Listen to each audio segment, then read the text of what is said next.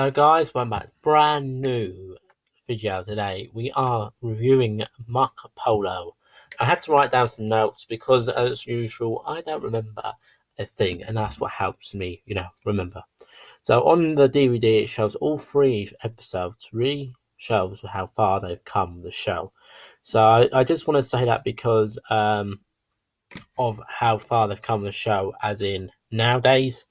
As it's got better, it's got really much better. You know how it started off as tally snaps and all that, and now they're still doing tally snaps, but now they've started with animation. I think that's really helped the story carry on, and I think it's the best thing to do is just carry on doing animation rather than tally snaps. And if they do have to do tally snaps to show it as well, then do it. I'm not sure, you can't see, but I'm gonna watch Marco Polo next. I've already written a bit out because I watched like a little bit of it, but I wasn't wow, and I'm still not wow. It's funny because when I started the Marco Polo review, writing it down, I was sick, and I'm doing this, and I'm becoming sick again. I've got the flu, so I don't know how long I got it for. It's not too bad. I mean, the first day I came down with it was really bad. It's just up there now, up my nose. I can feel it. It's not horrible.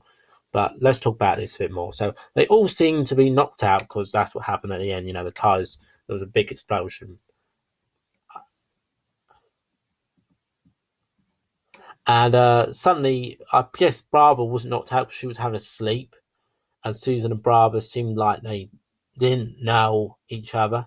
So she woke up fine, and Susan, they didn't seem to know, woke up. Seemed that her head Ian's up and thinks he's still a teacher. He thinks he's still at the school teaching.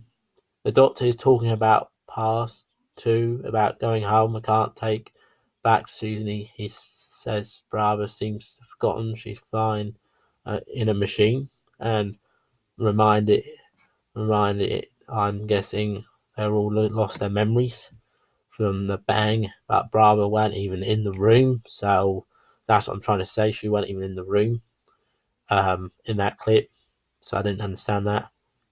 I wonder how it affected her in the doors were open. They all start ways doors could be open. The door did before crash. Someone or something did it. So someone or something did it, and aliens have better better things, better ways to open it than us. Um, Seem to shut the doors when Ian goes near them, then reopens when he steps away. Barbara and Ian start guessing at this point something is going on. The doctor walking up Ian puts Susan to bed. Now she seems completely different person, trying to kill him, then stabbing a chair because she misses him. Um, the doctor does seem to be bad. He doesn't seem to be bad. He knows who they are and starting saying someone's got into the ship, an element or something. A bit like a little thing like the Dream Lord are saying. I never understood what was in the ship, and I don't know if they ever got rid of it. Neither. Susan tells Susan, sorry, seems to be crazy as she gets the scissors back. She seems to remember Barbara, and somehow Barbara knows she's got the scissors on her. Seems like something's possessing her. They all think they're that. So she tries to kill Barbara, sorry, and somehow Barbara realizes this, and she then suddenly gets the scissors off her. Barbara and Susan remembers her, which I'm calling bad acting there, I'm afraid. Um, it it's spinning, and one and the machine is finding and comes in TV. It's fake image because basically they landed and it's showing them fake image, and out there wasn't a good thing. So that's the first time we actually see something trying to give them a false image, trying to make it look good, but it's not good. It's actually bad out there.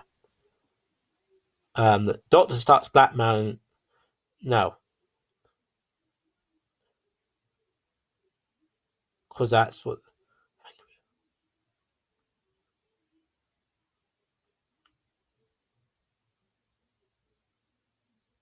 Back to the blackmail story. They blackmail the doctor so they can go home. He's saying the brother puts him in his place.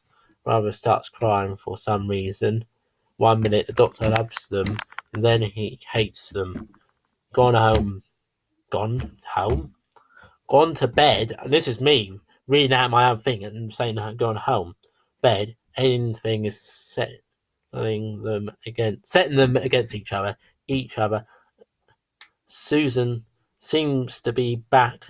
Love how the sticky doctor acting all sleepy and had come out to get him. I think he's still under some kind of control because it seems like he's under some sort of control, but I didn't understand what sort of control it was. Ian's trying to kill the doctor. Seems like he was possessed. Seems like Susan and the doctor are a bit possessed by something. Doctor says he's going to throw them out. Seems Ian and Barbara. Ian to Ian Barbara. Ian seems forgotten everything. Ian seems crazy, like trying to kill his best friend. Think Doctor's ship's going to blow up. So then they think the ship's going to blow up. And says it's all four of them to do with this machine part, trying to find out who did it. So they all got to work together,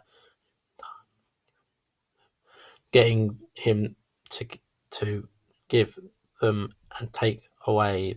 The doctor says, got less than 10 minutes to leave things, and the ship has.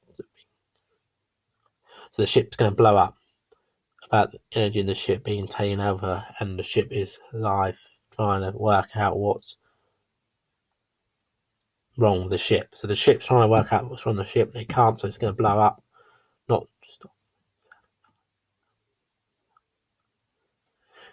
So the system's going to die. The doctor's talking about evolution. Seems like the doctor's gone back to much. The doctor fixes it. So it's actually a button because the ship's saying it's going to blow up, and it's not. It's actually a button saying that to keep opening doors because the doors keep opening. The doctor talks about how the button works to Susan. They all forgive each other. The doctor asks Ian what should do next. Ian laughs. Barbara goes off, still upset. Doctor goes to talk to her. Doctor talks about how to solve their problems to her and says we've landed somewhere cold, all dressed up for the snow, and there's a giant footprint.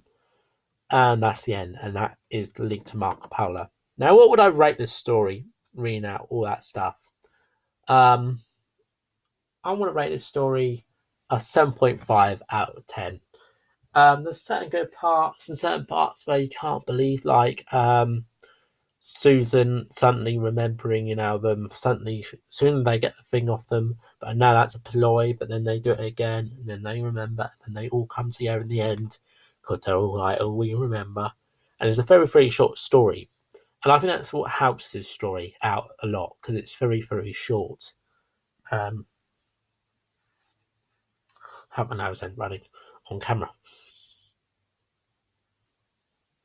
So I'm going to rate this one a 7 out of 10. 7.5 out of 10. It's all right. I wouldn't call it the best one. Maybe even a 7 if I'm pushing it at 7.5 out of 10. Anyways, guys, thanks for watching this video review of the Edge of Destruction. Then please comment, subscribe. Tell me your ratings down below. Tell me how bad I did down below. And goodbye for now. Bye-bye.